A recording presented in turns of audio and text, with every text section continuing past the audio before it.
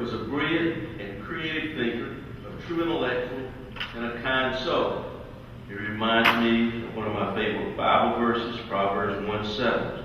Reverence for the Lord is the beginning of knowledge. I first met Bertram Wyatt Brown and Ann Wyatt Brown in 1978 at a conference organized at the Newberry Library on Southern Community.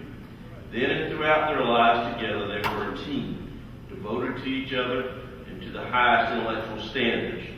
Burt was then a major historian and recognized as a star in Southern history. And most of the attendees at the conference were like me, either newly minted PhDs or graduate students finishing their PhDs. One observer remarked that Burt was our ringer at this conference. One thing we all remember is just how supportive and helpful Burt was to all these young scholars. It takes a generous spirit to be a good critic. It's a gift of time and knowledge, and Burt was an honest and unselfish critic. He helped his students with their own ideas and their writing, of course, but he was also willing to help many others, including me.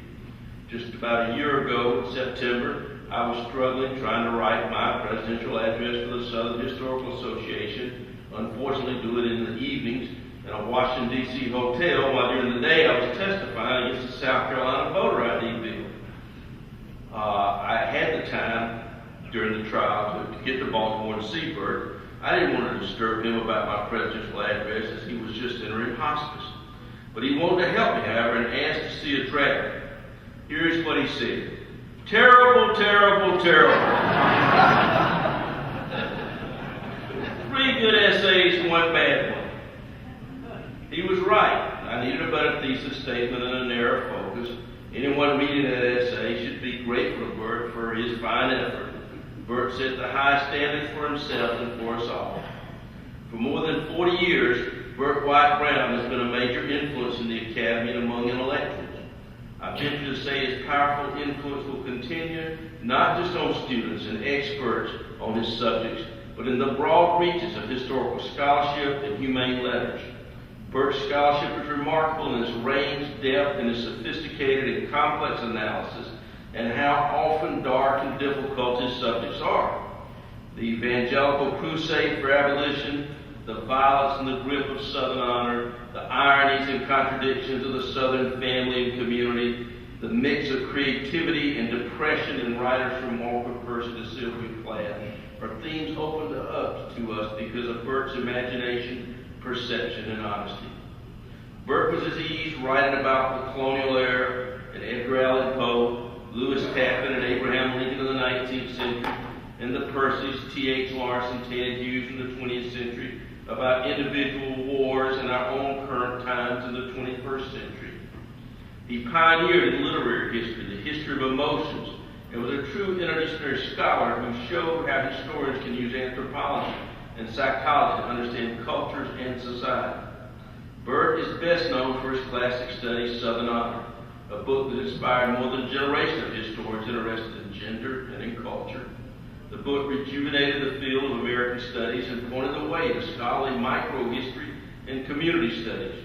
The range of his work is truly amazing, as is the influence of his work and his ideas. I want to take just a few of my minutes to speak about Burt's latest book, which is being published posthumously by the University of Virginia Press, Warring Nation, Honor, Race, and Humiliation, which Burt struggled to finish before his death, and which Ann Wyatt Brown has shepherded to completion through this publishing process. This is truly a great book by a great historian and wise man. Wyatt Brown interprets all of American history through a lens connecting honor, slavery, race, and humiliation, especially as applied to wars. Warring Nation is an extraordinarily original work, indeed a sui generis, holistically applying the interplay of these themes throughout United States history, ranging from Greek tragedies to presidential histories to white Southern troops flying the Confederate flag in Vietnam.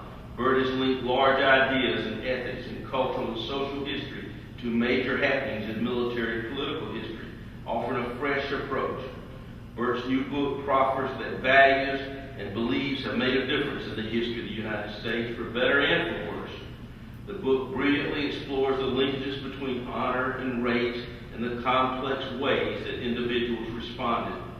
The interplay between American history and Southern history is a dynamic that runs throughout Warren Nation. This accessible analysis of the main lines of American history is a fresh and creative contribution to military history, and will draw attention from specialists in regional, sectional, cultural, and social history. One of Burt's lasting legacies is the great graduate program in Southern history he created at the University of Florida. Between Case Western and the University of Florida, he directed 36 PhD dissertations. He was not just the thesis advisor. He cared about his students and worked tirelessly for them. He was a great mentor who was recognized by his students, who organized the conference that you spoke about and a fest trip. Burt taught us how to live and how to die. 3 of my grandchildren attended the same church as Burt, and they look forward to seeing him there every Sunday. They noticed every Sunday that he walked up this aisle with the choir, even lugging his oxygen container with him. And they loved his great smile, reflecting his humanity and his genuine love and caring. For me, as a person of faith in the Academy, it was nice to have a role model like Burt Wyatt Brown, who took his faith and his church seriously. Let me conclude with another Bible verse. When I ponder the meaning of this verse, I see Burt Wyatt Brown as his example from James 3:13. Who is wise and understanding among you, show by your good life that your works are done with gentleness born of wisdom. Thank you.